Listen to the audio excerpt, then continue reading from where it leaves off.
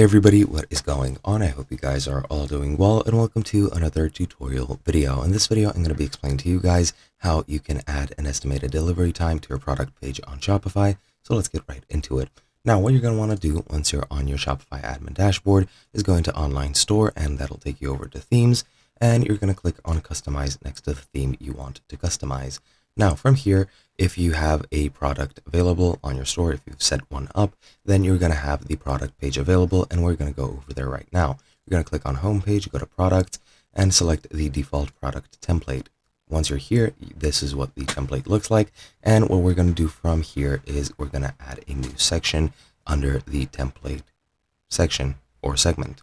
Once you click add section, you're going to go scroll down, select custom liquid, and you will get the liquid block over here, and you'll get the liquid code section here where you're going to need to enter the HTML code.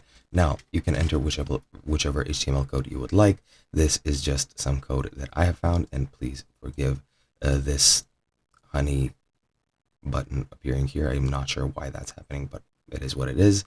And yeah, this is the code that I have found online. You can very easily find it yourself, but once you add that and once you save it, then your custom liquid will be shown on your page, and if you preview it, then you will see the estimated time of arrival. And as you can see, this code has errors. I'm not sure why, but I'm not going to go ahead and fix everything because I'm not sure where the errors are, but you get the point anyway.